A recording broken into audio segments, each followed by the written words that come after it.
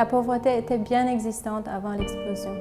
Avant l'explosion, parce que le Liban vit une crise, il vit plein de crises en fait. Il vit une crise économique, il y a la dévaluation de la monnaie, donc tout devient très cher. Et en plus de l'explosion, en plus de la situation du Covid, en plus de la crise politique, donc ça va assez mal. On a pris l'initiative de faire l'assessment sur place et pour voir le besoin de chaque patient sur place. Et là, étaient des nombres énormes. La première fois, je suis allé à Beyrouth avec ma sœur et un prêtre avec nous à la communauté. C'était pour nettoyer une maison, un appartement, où il y avait tous les vitres et les débris d'aluminium qui étaient encore sur la terrasse de la maison, dans le salon, un peu partout. Il y avait des morceaux de pierre tombés, la cuisine dévastée. Donc la première chose à faire, c'était de nettoyer.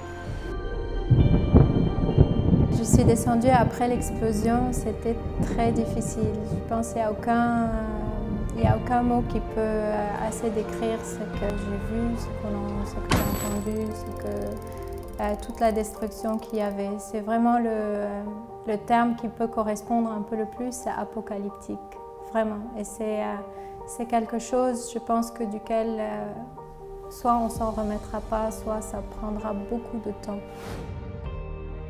Cette expérience de distribuer les cartons alimentaires est très touchante en fait parce que ça relève du besoin primaire et du besoin de base de chaque famille. Et c'est très triste d'en arriver à ce point-là en fait.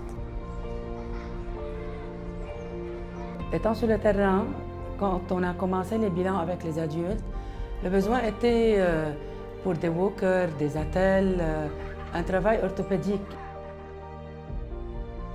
Avec les enfants, c'était plus grave parce qu'ils ont été traumatisés. Donc on est pendant la visite et je vois, ou la personne qui est avec moi remarque qu'il y a une armoire cassée ou un mur encore fissuré ou les fenêtres qui ne sont pas encore faites. Et on propose l'aide. Et tout de suite, on appelle le réparateur et il vient. Le type de réparation qu'on a choisi d'abord de faire, ça a été en urgence, avant l'hiver, de fermer les maisons, genre les fenêtres, par exemple, surtout aluminium, parfois de la boiserie aussi, et mettre les vitres pour que l'eau n'entre pas dans les maisons. Alors, on travaille directement avec des artisans.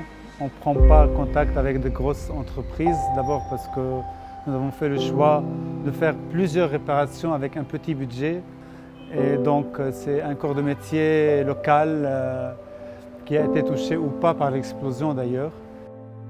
Je suis venue avec l'idée que je peux leur donner beaucoup. Ils m'ont appris que l'essentiel est invisible pour les yeux.